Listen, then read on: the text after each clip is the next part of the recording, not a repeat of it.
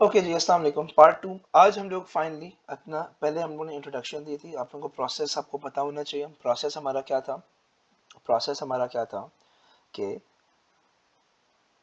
Electrolysis का process के electrons flow करते हैं पॉजिटिव टर्मिनल से नेगेटिव टर्मिनल होती है पावर सोर्स से। कैथोड के अंदर कैटायंस जितने हैं वो माइग्रेट करते हैं कैथोड पे और आर रिड्यूस्ड। रिड्यूस्ड कब होते हैं? क्योंकि दे गेन इलेक्ट्रॉन्स और कैटायन हो जाता है डिस्चार्ज। एनोड पे होता क्या है? एनायन सारे माइग्रेट कर देते हैं एनोड पे। वो ऑक्सीडाइज होते हैं। ऑक्सीडाइज क्यों होते हैं? Because they donate electrons. Loss of electrons is equal to oxidation and anion is discharge. ये हमारे पास होता है प्रोसेस। आज हम लोग डिस्कस करेंगे इलेक्ट्रोलिसिस। आज हम लोग डिस्कस करेंगे electrolysis of molten electrolysis of molten ionic compounds.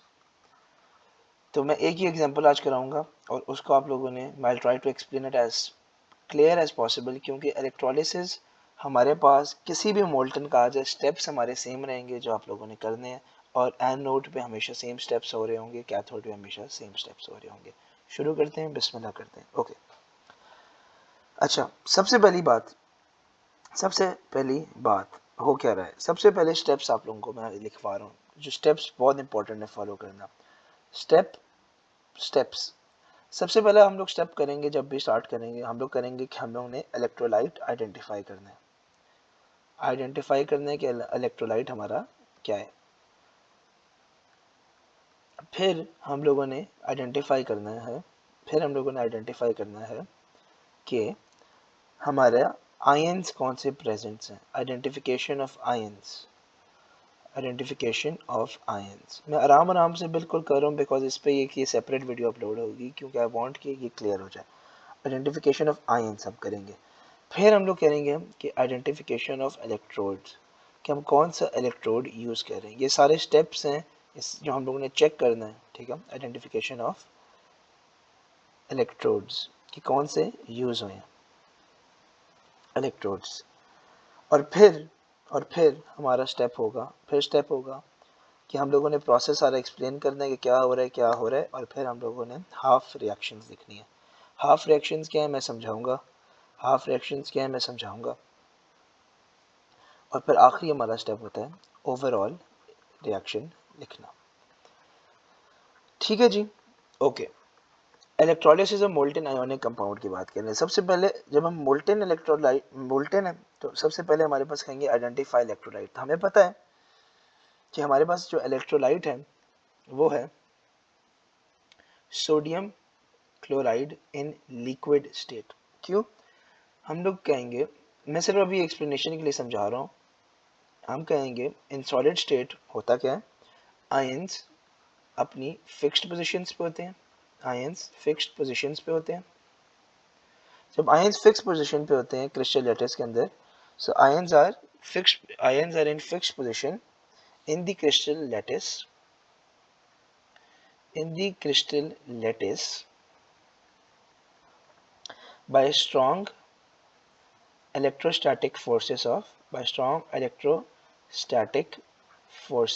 of attraction।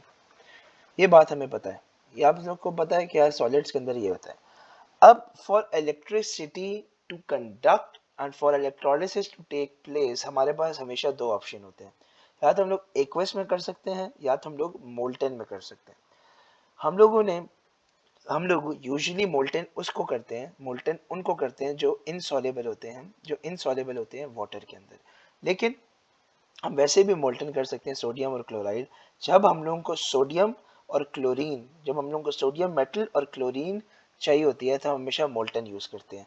और जब हम लोगों को वाटर इलेक्ट्रोलिसिस करनी होती है वाटर की, तो वाटर की हम खाली इस तरह तो इलेक्ट्रोलिसिस नहीं कर सकते। हमें पता है हमें एक्वस में करनी होती है, तो हमें आयोनिक कंपाउंड्स की हेल्प चाहिए होती है। तो जितने भी एक्वस इलेक्ट्रोलिसिस होती हैं उनके अंदर हमें प्रोडक्ट मिलता है हमेशा वाटर। हमेशा नहीं, कुछ सिनेरियोज होते हैं, हम लोग सब डिस्कस करेंगे। अभी मैं क्या बात करना चाह रहा हूँ, मैं बात ये करना चाह रहा हूँ, हमें पता है कि इस तरह तो इलेक्ट्रिसिटी कंडक्ट नहीं करनी है। तो मोल्टेन के अंदर होगा क्या? मोल्टेन के अंदर क्या करेंगे हम कि हम लोग देंगे heat. So when heated strongly, क्योंकि मोल्टेन में तो हम लोग हीट देंगे। जब हीट देंगे तो क्या होगा electrostatic forces of attraction between the cations और एनायंस हो जाएंगी, दे विल बी ब्रोकन। सो हम लिखेंगे the electrostatic forces of attraction between, attraction किसके दरमियान होती है, कैटायंस और एनायंस के दरमियान, of attraction between cations and anions are broken and they are free to move, and they are free to move। जब फ्री टू मूव हो जाते हैं तो क्या होता है, मतलब कि अब इलेक्ट्रिसिटी टेक प्लेस हो सकती है। सही है, यहां तक समझ आ गई? ओके, नाउ स्टेप 3 हम क्या करेंगे, अच्छा सॉरी स्टेप 2 हम लोगों को ये पता चल गया, स्टेप 2 में हम लोग ये बताए। तो अब हम बताएंगे कि भाई कौन कौन से आयन्स है हमारे पास। ये मैंने सिर्फ कहानी समझाई है आप लोगों को, ये आप लोगों ने नहीं लिखनी, ये मैं सिर्फ समझा रहा हूँ कि हो क्या रहा है। आइडेंटिफिकेशंस ऑफ आयंस क्या है कि हमारे पास सोडियम पॉजिटिव आयन आ जाएगा इससे, और क्लोरीन नेगेटिव आयन आ जाएगा। ठीक है, okay. Third step identification of electrodes. Examiner हमें हमेशा मेंशन करेगा कि कौन सा इलेक्ट्रोड यूज हो रहा है।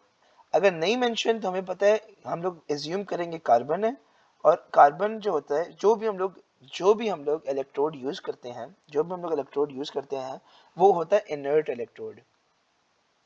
इनर्ट इलेक्ट्रोड वो होता है जो अनरिएक्टिव होता है, वो इन्वॉल्व नहीं होता इलेक्ट्रोलिसिस के प्रोसेस में। हाँ, हम लोग अक्सर उस तरह भी करते हैं जिसके अंदर हम लोग खुद जानबूझ के रिएक्टिव इलेक्ट्रोड यूज करते हैं, वो हम लोग डिस्कस करेंगे। ओके, हाफ रिएक्शन और ओवरऑल रिएक्शन पे हम लोग आते हैं। अब मैंने क्या कहा, आइडेंटिफिकेशन ऑफ आयंस हमने क्या की, सोडियम पॉजिटिव और क्लोरीन नेगेटिव। अब हम लिखेंगे, अब हम लोग क्या करेंगे, अब हम लोग दो टेबल्स बनाएंगे। एक पे हम लिखेंगे एट एनोड, और एक पे हम लिखेंगे एट कैथोड, कि एनोड पे क्या कहानी चल रही है और कैथोड पे क्या हो रहा है। अच्छा जी, एनोड पे क्या हो रहा है, मैंने आप लोगों को कहा कि हमारे पास जो आइडेंटिफिकेशन ऑफ आयंस है वो है सोडियम और क्लोरीन, सोडियम पॉजिटिव और क्लोरीन नेगेटिव। सोडियम किधर जाएगा, सोडियम जाएगा कैथोड पे और क्लोरीन जाएगा एनोड पे, ये हम लोगों को पता है बात। ओके, अब होगा क्या एनोड पे, हम क्या कहते हैं, हमने पिछली वीडियो में क्या कहा कि हमेशा एनोड पे होती है ऑक्सीडाइजेशन होती है, ऑक्सीडाइज होता है। ऑक्सीडाइज क्यों होता है एनोड, क्योंकि वो इलेक्ट्रॉन लूज करता है। होगा क्या, क्लोरीन आयंस आर अट्रैक्टेड किधर, are attracted towards anode, chlorine ions are attracted towards anode। each chlorine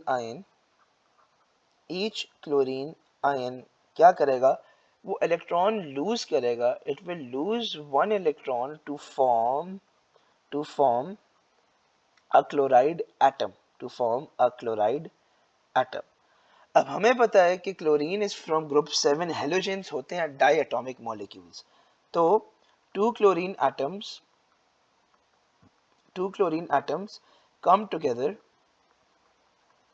together to form chlorine gas,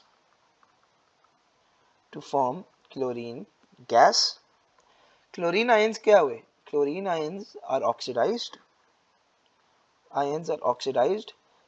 और क्या डिस्चार्ज हुआ, क्लोरीन आयंस किस तरह डिस्चार्ज हुए, chlorine ions are discharged as chlorine gas. जब मैंने आप लोगों को कहा था ना हाफ रिएक्शंस बेसिकली होते हैं कि एनोड पे क्या रिएक्शन हो रही है, कैथोड पे क्या हो रही है, वो हाफ रिएक्शंस होती हैं। और ओवरऑल क्या होता है कि ओवरऑल इलेक्ट्रोलिसिस के अंदर क्या रिएक्शन, तो एनोड की हाफ रिएक्शन क्या होगी, हमने कहा ऑक्सीडाइज हो रहा है, लूज इलेक्ट्रॉन कर रहा था, होगा क्या, क्लोरीन है वो लिक्विड स्टेट में क्योंकि मोल्टन है, वो बन गई क्लोरीन गैस और उसने एक इलेक्ट्रॉन लूज कर दिया। अब हमें पता है कि वो डायटोमिक इन नेचर होती है, तो ये 2 क्लोरीन एटम्स आ जाएंगे, तो it will form us 2 chlorine, तो ये हमें क्या बन जाएगा, Cl2 गैस बन जाएगी और 2 इलेक्ट्रॉन्स लूज कर देंगे। ठीक हो गया, यहां तक सबको क्लियर है। कैथोड पे क्या हो रहा है, sodium ions are attracted to cathode, वो अट्रैक्ट हुए कैथोड पे। सोडियम आयन ने क्या किया कि जितने भी ईच सोडियम आयन ने क्या किया, उन्होंने इलेक्ट्रॉन गेन किए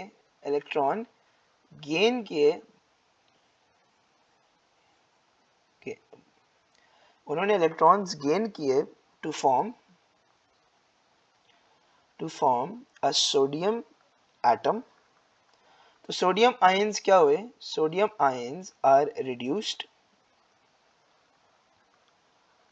सोडियम आयंस आर रिड्यूस्ड मतलब के सोडियम आयंस हो गए discharged as sodium metal, discharged as sodium metal. तो कैथोड पे हाफ रिएक्शन क्या होगी? कैथोड पे हाफ रिएक्शन क्या होगी कि ये सोडियम है, इसने इलेक्ट्रॉन गेन किया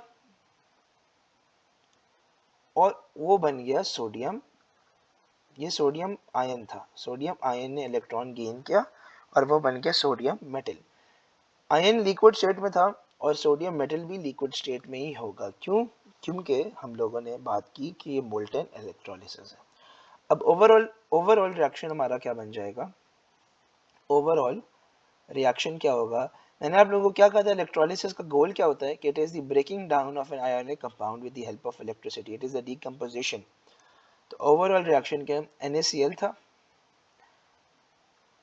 कैथोड पे हमें क्या मिला? Sodium metal in liquid state, और एनोड पे हमें क्या मिला? Chlorine gas in chlorine gas. अब इसको जब हमने बैलेंस कर दिया तो ये आ जाएगा 2NaCl और ये 2Na। ठीक हो गया। ये हमारे पास होती है, हमारे पास molten electrolysis of ionic compound. बहुत आसान है। स्टेप 1 हमेशा क्या होगा? Identification of electrolyte. हमें पता है सोडियम क्लोराइड हम लोग ने यूज किया। Identification of ions, sodium positive और क्लोरीन नेगेटिव।